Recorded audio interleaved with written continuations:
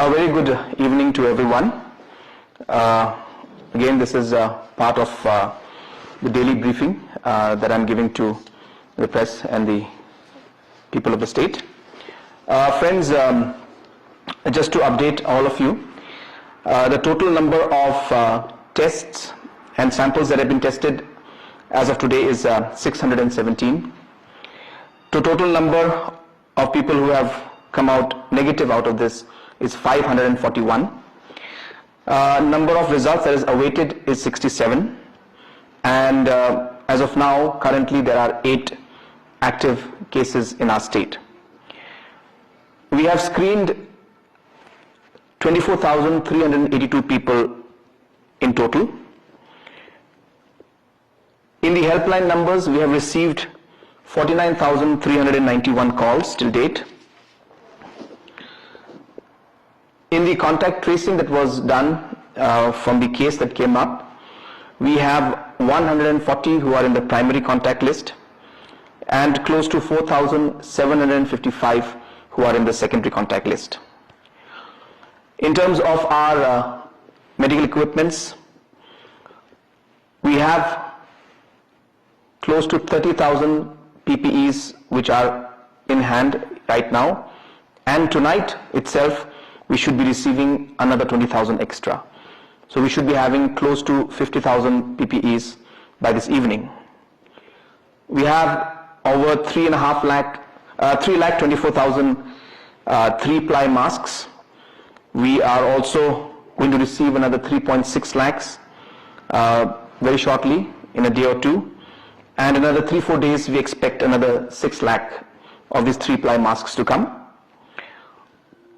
We have almost close to 15,072 and 95 masks, and more orders have been placed for that.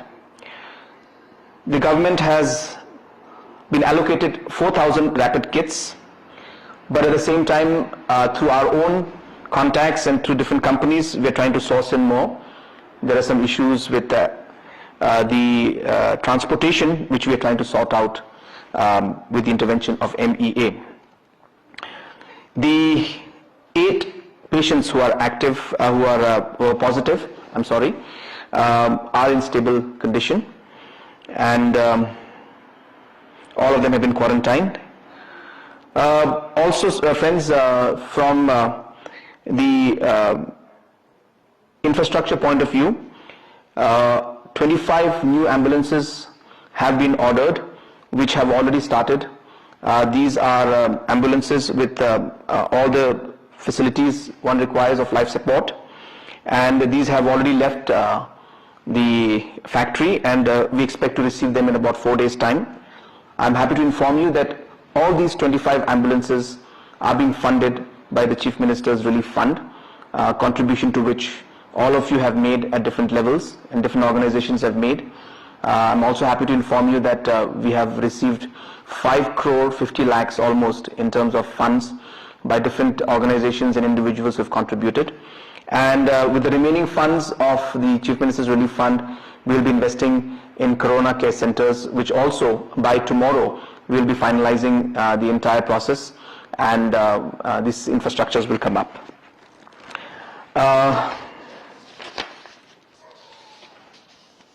Friends, also we have decided that the grocery shops and essential commodities will be now open for 4 days in a week. So that is Monday, Tuesday, Wednesday and Thursday from 9 a.m. to 4 p.m. This is being done to ensure that there is more time being given to the people so that they can buy without having to crowd the locations. At the same time, we are also ensuring that for the wholesaler shops, the rest of the 3 days will be used. This will not be for public, but this will be mainly for the wholesalers and the retailers, so that the stocks can be increased by the retailers in different locations. So the wholesaler shops will be open for 3 days. That's Friday, Saturday, Sunday, and mainly for the public, it's going to be 4 days, which is Monday to Thursday, from 9 a.m. To 4 p.m. These were the basic updates in terms of numbers.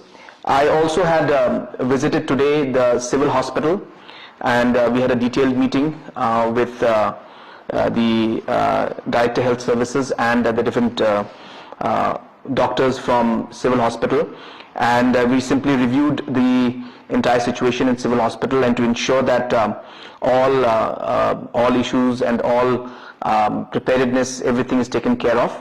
And I'm happy to inform that all the doctors were there, and we discussed in detail, and all arrangements have been made to ensure that we are equipped properly to tackle this situation. I was joined, of course, in that meeting by the Honorable Deputy Chief Minister and by the Honorable Health Minister, apart from the Superintendent and doctors of Civil Hospital and the Director Health Services. At the same time, different locations and different issues were resolved by different cabinet colleagues, and they have updated their social media on those regards, so you'll get updates from them directly. Also, friends, I would like to just bring in a very important point which really is connected to all of the citizens of the state, which really is regarding the usage of social media. And friends, at this point in time, I would like to stress that a lot of news and a lot of information is flowing in social media. And I think we really need to act responsibly in these kind of situations. I was very, very upset and sad to see that in certain groups and certain individuals were giving out lists of patients who had visited Bethany Hospital. And I think this goes completely against the privacy of these patients, and it is very, very incorrect for anybody to do that.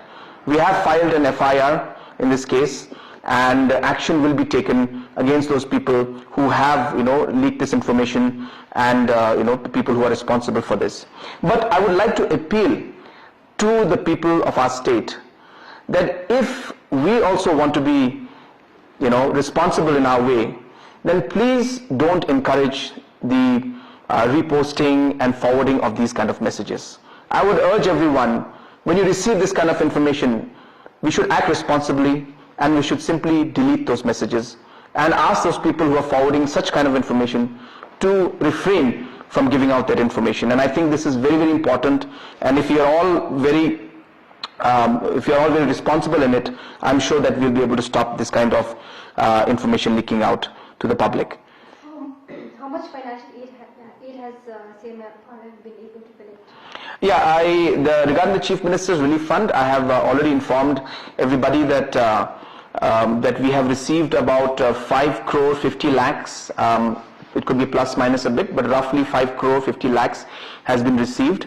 And out of this amount that has been received, we have ordered 25 ambulances with full life support system in it, which have already been dispatched from the factory, and we should be receiving them in the next 4 days.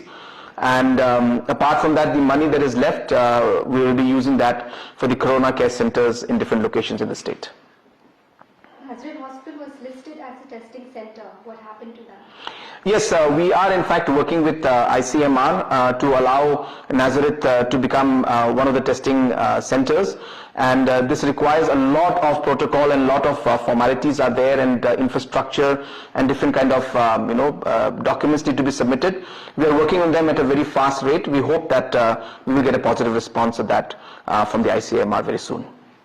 What has the state government done so far on the safety, shelter and food security of stranded migrant workers, as most of the family members are concerned about the well-being of these migrant laborers in Meghalaya? Yes, well, there are, of course, migrant laborers who are there from inter-district within our state. So there are a lot of people from different districts who are working in Shillong. And of course, there are some laborers who are from outside the state who are there, who had been working here and who could not leave the state because of the lockdown. Friends, the government and most importantly the administrations in different districts have provided shelter to all of these people, and food and essential commodities is being supplied to them on a regular basis from our side, so that they are taken care of.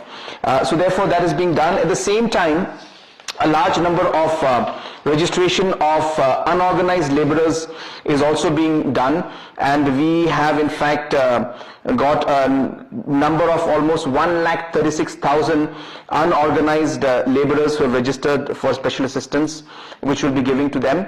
And we are just simply screening, and we are going through the details so that there is no duplication in any way, and just filtering the entire list, and we'll be giving them a support of almost 2,100 rupees to these unorganized laborers who have been registered under the special assistance program that we have done. Apart from nasal and throat swab, is the government also conducting antibodies testing in the blood, especially for people who do not show symptoms of COVID-19? Yes, I think it's very important to keep in mind that like many countries have done, testing is the way forward for us. So therefore, the nasal swab and the throat swab through the PCRs is the most accurate way of getting a result. But of course, it is more expensive, the kits are in lesser supply, and it's very time consuming. So therefore, in very, very primary contact cases, we are doing that. The second level of the testing in this also will come when we might do pool testing. So we take about 5-6 people and the swabs will be put into a pool, and then we can test them so that we are able to save the time and the effort and make use of the kits in a more efficient manner. So those may be in a secondary case. Then there's a third way of testing, which is what we call the antibodies test, which is done by taking a small blood sample and seeing if there are antibodies in the blood, and that is where the rapid test kits come into play. So we have received about 4,000. We are going to receive 4,000 of those kits, and at the same time we have also ordered separately from private companies, because 4,000 will be coming from the government side, and we'll be receiving, as I said, another. We'll be buying another for 20,000, which is, as I said, is stuck with in the factory because of some MEA clearance, which we are working on. So yes, that is an option. Though the antibodies test is a quicker way, and we can get the results faster, but obviously the accuracy level is not as high as the PCR tests, because it tests for antibodies, and which could be there for because of any other virus also in similar cases. So therefore, it is a quicker way, but not as accurate. But I think in the given circumstances, most of the countries are going for that. And definitely, as a state and as a country, we are moving forward in that line, and more such tests will be conducted in the future.